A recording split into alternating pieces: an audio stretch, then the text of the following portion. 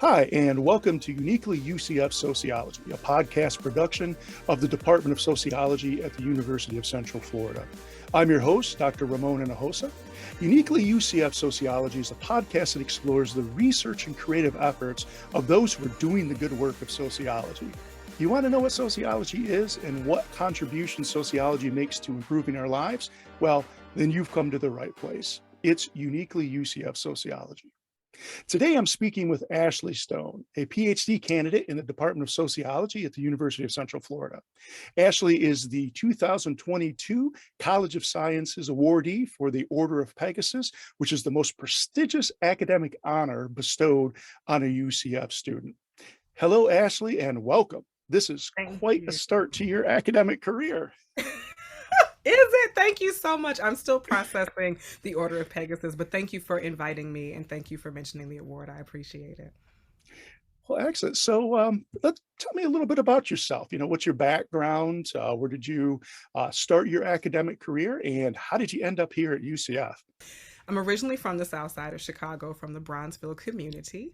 I went to the University of Illinois at Chicago for my bachelor's and DePaul University for my master's. And that is where I not only got my education, but also began to become involved in student affairs. And so I was responsible for scholarship programs, but also advising students. So I went through that trajectory of working with youth and doing youth outreach in nonprofit organizations, and then became an academic advisor for some time in a large Research One institution. So I have that student affairs background, which informed and fueled my interest in sociology further.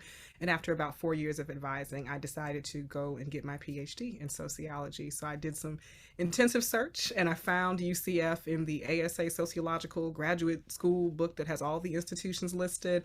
And Oh, I began to yes. look through the website and I said, okay, I think that the faculty that would welcome me and my research ideas. And so I applied and I was admitted, and here I am. Excellent. And so, I spent a little time in Chicago myself. And so I have to wonder, are you sure it wasn't to escape the wind and the cold? You had to come down to Florida? You Or know, right? I actually, and I enjoy Florida. I like not having to warm up my car in the winter months, but I do Yes. miss snow. I miss my sweater collection. I miss my coats. Like I miss those things, and just holidays, right? In Chicago. But I do not miss having to dig my car out of 3 feet of snow before I go to work in the morning. So Uh, that could be a reason why I was looking at Florida in that ASA book. So you're right. of of course, it's because the program is so strong, right? That's there's nothing to Yes, do with this now, of course. absolutely. I mean, I looked through every faculty member's profile and I said, I think this is a fit, right? So I got into two institutions, UCF being one of them, after applying to four. But and when I came to visit, I met faculty. I met you and several other faculty, and I said, okay, I think this is it. I think this is the place to go. Excellent. And it seems like it's working quite well. I mean, you were nominated and won the Order of the Pegasus. So tell me about that. That's fantastic. Oh gosh, thank you again. I'm still processing winning Pegasus, one of 26, I believe, inductees for the class of 2022. I did not Amazing. think I passed the interview at all, but apparently I did. And so it was, I was, you have to be nominated for Pegasus. So my chair, Shannon Carter, was like, do you mind if I nominate you? I said, go ahead, we'll see what happens. And went through the process. And so that award, I'm still, again, processing because I've spoken with past Pegasus winners and inductees. And for graduate students, it is about research and service and publication. And so to be recognized for doing all three simultaneously at UCF I'm still processing, but I think during the ceremony last month I began to realize, yes, you do belong here and you've done the work to be nominated and recognized. And so I think it forced me to think back on my entire trajectory. Oh, it's been 4 years, only 4 years, but I've thought back on just everything I've done because I just kind of been going through the motions, right? And not that I don't think of it consciously or appreciate it, but just trying to really engage in service on and off campus, engage in research opportunities. And it's because of UCF and the support I've received in the department and in the institution, I've been able to do that. And so to be able to be recognized, it really is everyone's award in my mind. This department has supported me to be able to do all of those things that made me worthy of even the nomination. And so it's been a great reflection on just how academia can work when students are supported well. And so you talked about service and you talked about your research. So let's start with your service. Now I know that you've been involved in many things, and I'll let you tell the audience what sort of service work that you've been engaged in while you're here. Sure. I've been engaged in service on campus. I participated in the student conduct board as that's part of my student affairs training.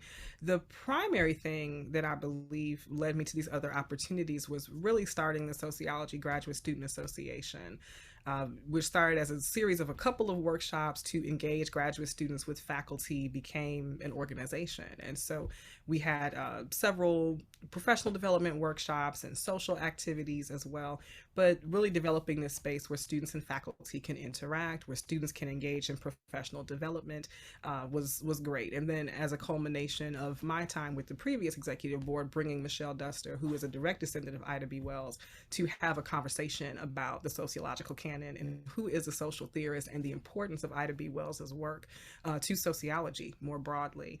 And so that was the beginning. And then I became involved in the American Sociological Association Student Forum. I was then elected chair of the Student Forum. Very surprisingly, I was nominated for that and currently serve as chair of the ASA Student Forum Advisory Board, and also was nominated to be the student delegate for Sociologists for Women in Society South. And so I think in a Wow. nutshell, you just have to be visible, right? You know this, right? But I think as a student, I've just been visible, or faculty have seen what I can do and have nominated me for other opportunities, and they've all, further my development, right? Each of these opportunities. And so it's a lot, but I just Mhm. remember receiving emails, you've been nominated for this, you've been nominated for this role, or whatever. And so I think I'm always trying to expand my capacity. And to be very honest, you can keep this in the interview or not, I think it's important for UCF to have that visibility as well, right? Like, I think when I go out here beyond UCF, it's not like, oh, it's Ashley. It really is, this is an opportunity for UCF's greatness to be visible to the broader sociological community. And so I take those on with that in mind. Well, absolutely. And you represent UCF and the Department of Sociology in your capacity, however you serve. And certainly the work that you've done and the recognition that you're getting is a great precursor to an exciting academic career that you're about to embark on. And so that's absolutely wonderful to hear all of the service work you've been engaged in. Thank you.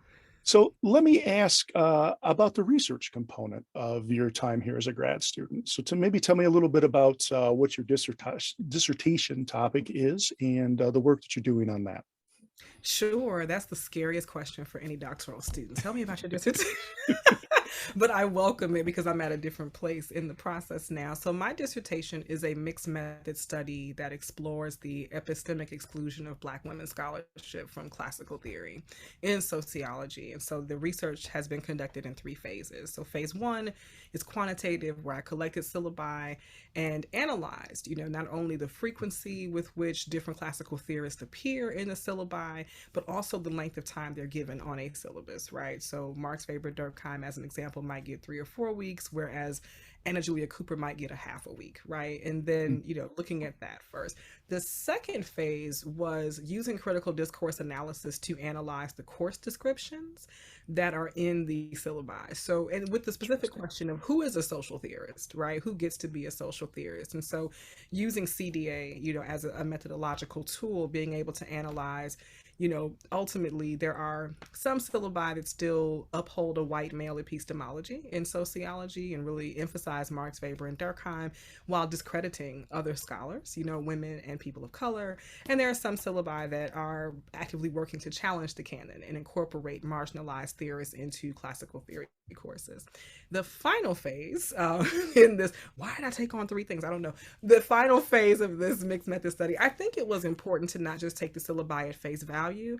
Every course is different, every professor is different, and I didn't think it was fair to not get their voices. So I did conduct interviews as well with faculty about their decision-making process, and that was very interesting to see what we think of as the canon, but also the ways in which faculty are challenging the canon actively or trying to figure out how to challenge the canon and not reproduce it in classical theory, which is a required course for nearly everybody who goes to Yes. the doctoral level. And so I think a lot of faculty express this is where it starts, is us as faculty transforming what the canon is and how it looks. And so even though it is a lot to do for a dissertation, I didn't think it was right to go with phases 1 and 2 and just analyze syllabi. I think every faculty member has a perspective, and allowing them to have a voice in why their syllabus looks the way it does, and not just assume they don't want to include Black women or don't like Black women theorists. I think it was critical, and it's really created a holistic view of why classical theory looks the way it does in the U.S. So I'm excited. It's been a lot, but it's a full story that I'm really enjoying.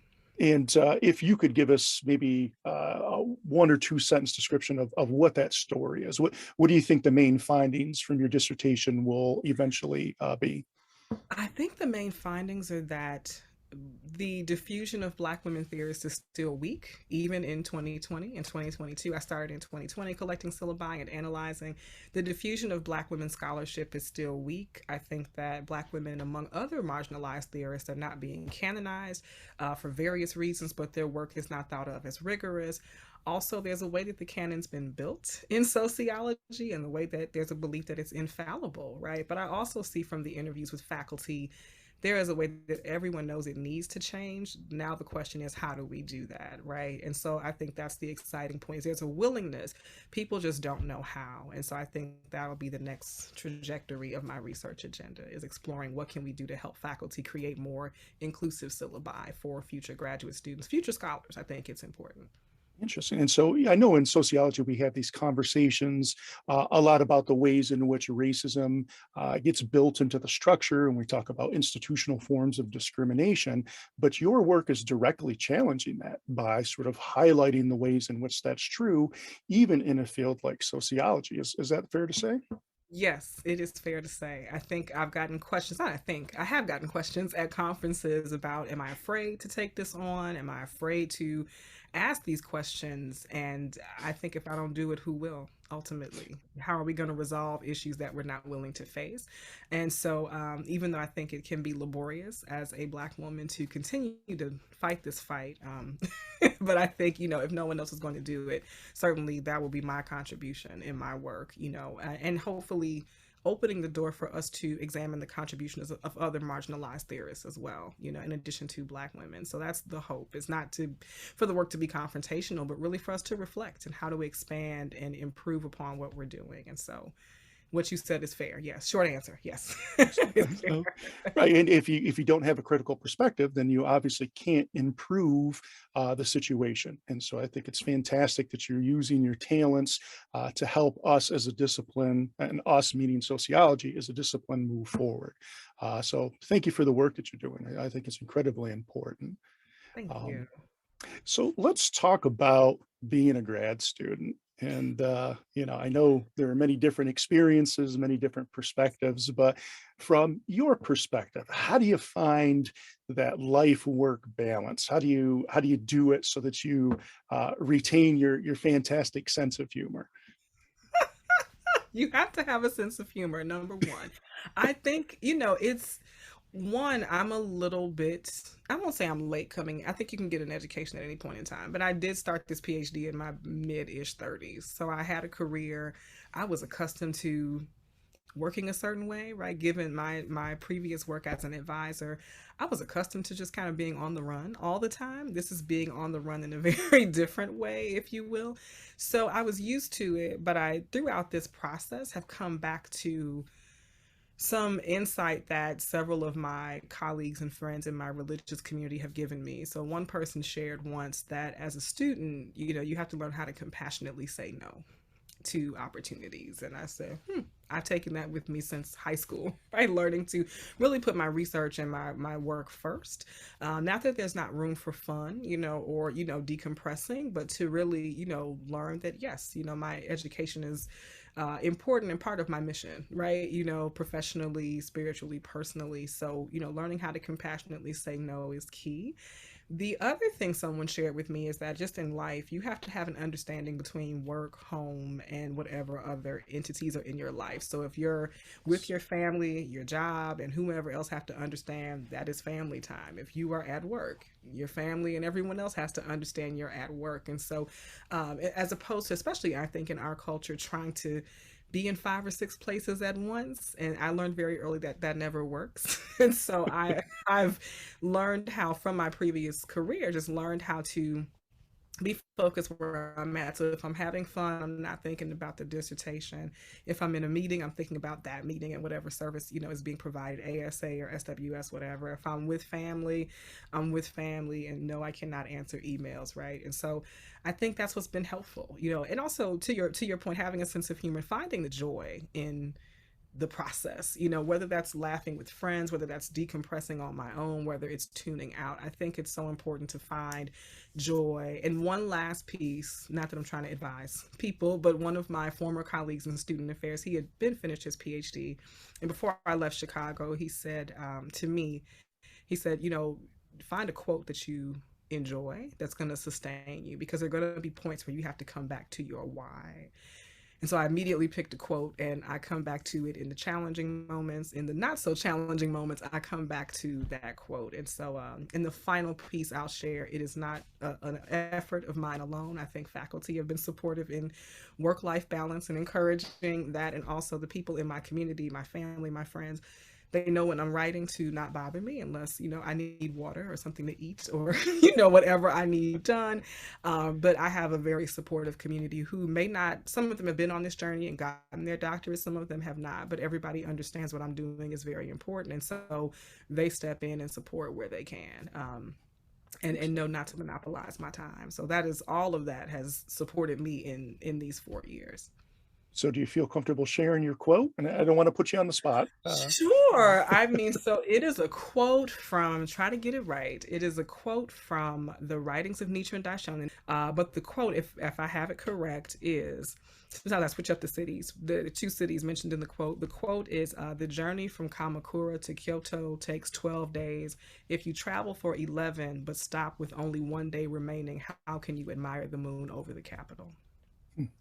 Oh, that's beautiful. So there have been many day 11s for me in this process. And so everybody in my environment, but that quote has kept me pushing toward day 12, graduation day. So that is the quote. The cities might be switched around, sorry, in advance if it is, but that is the quote that I immediately picked and come back to, that I cannot let any obstacle get in the way of me and admiring the moon over the capital, or getting to the degree, whatever is next. I have to continue to go forward. And so you can rest, but we can't quit ultimately. So that's my quote.